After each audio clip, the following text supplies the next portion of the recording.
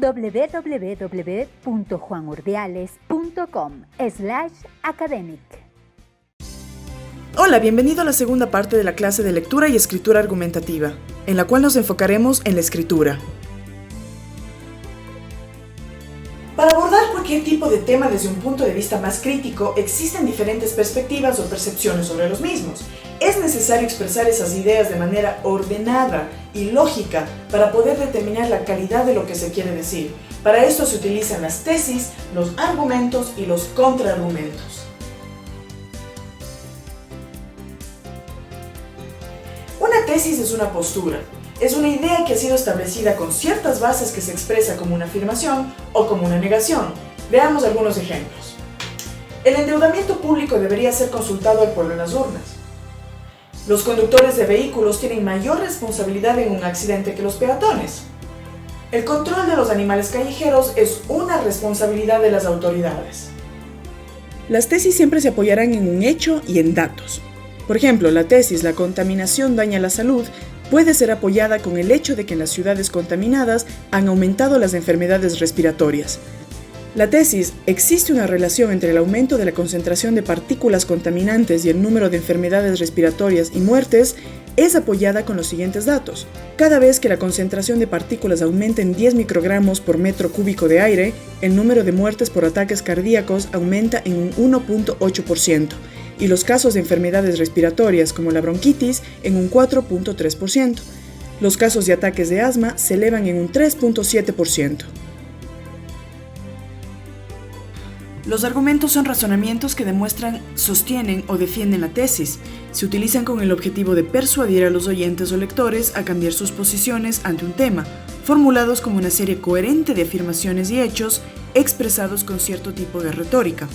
Las premisas utilizadas para componer los argumentos permiten determinar el grado de validez de estas, para cuyo análisis se utiliza la forma lógica que toma en cuenta la sintaxis al llevar a cabo una interpretación no ambigua de su contenido semántico.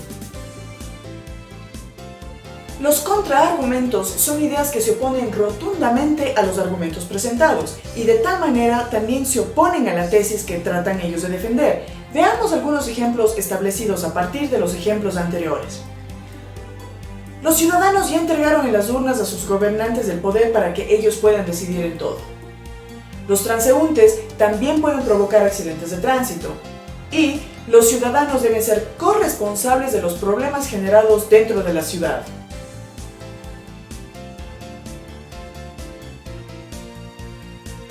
Recordemos que las tesis son las posturas que se afirman. Los argumentos, las ideas que apoyan a las tesis y los contraargumentos los que rebaten aquellos. Entonces, los contraargumentos no son necesariamente dichos por dos partes antagónicas, sino que este mecanismo de contraposición es muy común en todo tipo de artículo académico y ensayo propositivo.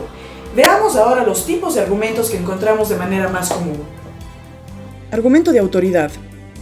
En él citamos las palabras de estudiosos, expertos u organizaciones de probada credibilidad que manifiestan una opinión semejante a la que estamos defendiendo.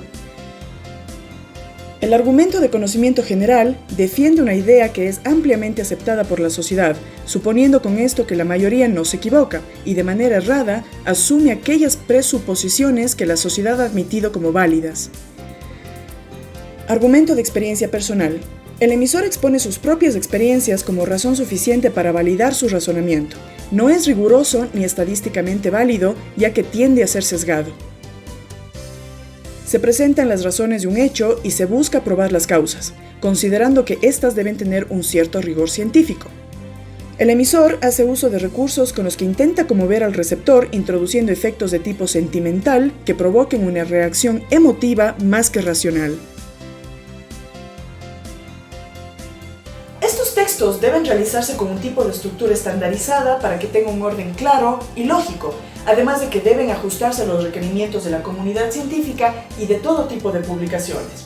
Para que puedas conseguir una argumentación efectiva, puedes usar esta estructura de aquí. En primer lugar, una introducción, que es el lugar donde con claridad y concisión se expresará el tema del cual se va a tratar. Después, se establecen las hipótesis de la tesis, sección que va seguida por los argumentos y los contraargumentos. Después, los datos recopilados, la discusión de estos datos y finalmente una conclusión con la que se cierra y se sintetiza este proceso lógico del cual se derivan las ideas finales. Para escribir un texto no solo se necesita destreza, sino también orden y disciplina. Planificar antes de escribir se vuelve indispensable para organizar no solo las ideas, sino también el tiempo necesario para llevar a cabo cada parte del proceso metodológico. Sentarse frente a un hoja en blanco o la pantalla en blanco sin tener una idea previa o un esquema en el cual apoyarse, tiende a ser más ardua la tarea de escribir.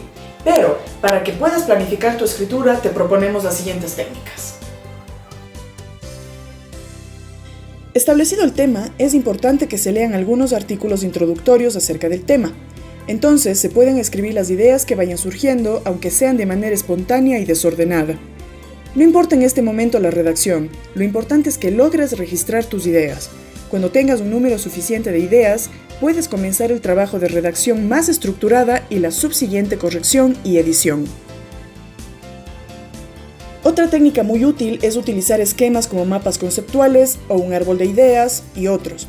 El objetivo es ir realizando las diversas conexiones con palabras que sinteticen tus ideas. Los esquemas ayudan mucho porque te permiten establecer visualmente el orden, la importancia y la claridad de tus ideas y la relación que tienen con el tema. Solo leyendo autores especializados puede uno comenzar a plantearse sus propias ideas y la vinculación entre los argumentos. No olvides que si tomas ideas de otros autores, hay que siempre usar las normas de citación y referencia.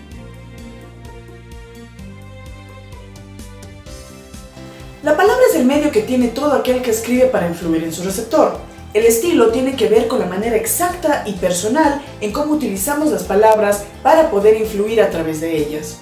La precisión léxica es una excelente característica del estilo para poder describir la riqueza de la realidad en la cual nos encontramos con las palabras más exactas.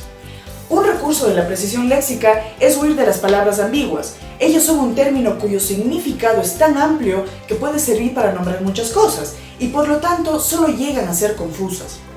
En los casos en cuando se vuelvan necesarias, es recomendable utilizar sinónimos o descripciones más complejas.